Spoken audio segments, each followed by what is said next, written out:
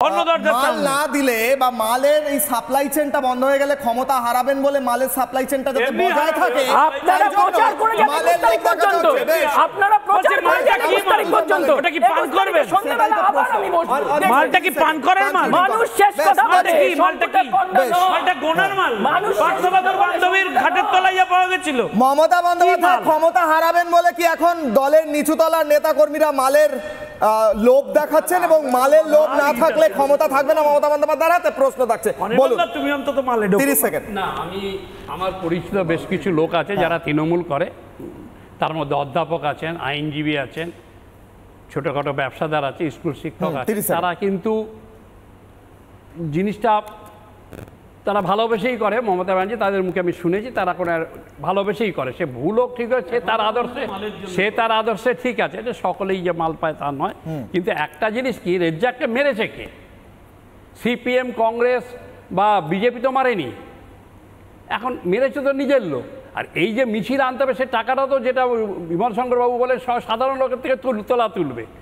criminalisation in politics ছিল আগেও ছিল কেউ প্রত্যক্ষভাবে রাখতো কেউ পরোক্ষভাবে রাখতো কিন্তু ক্রিমিনাল কন্ট্রোল পলিটিক্স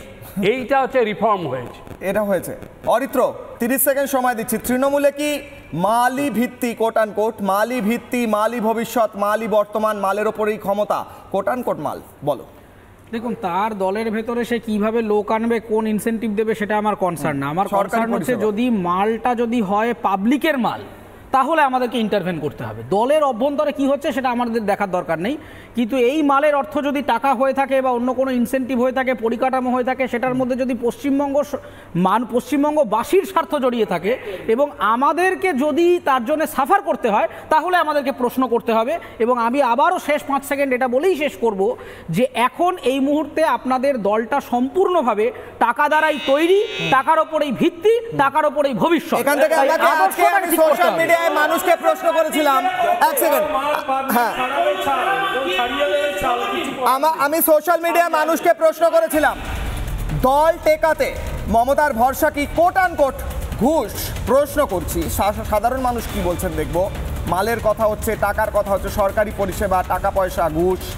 ফেসবুকে 75% মানুষ বলছেন হ্যাঁ এটাই এখন এই মুহূর্তে দল টিকিয়ে রাখতে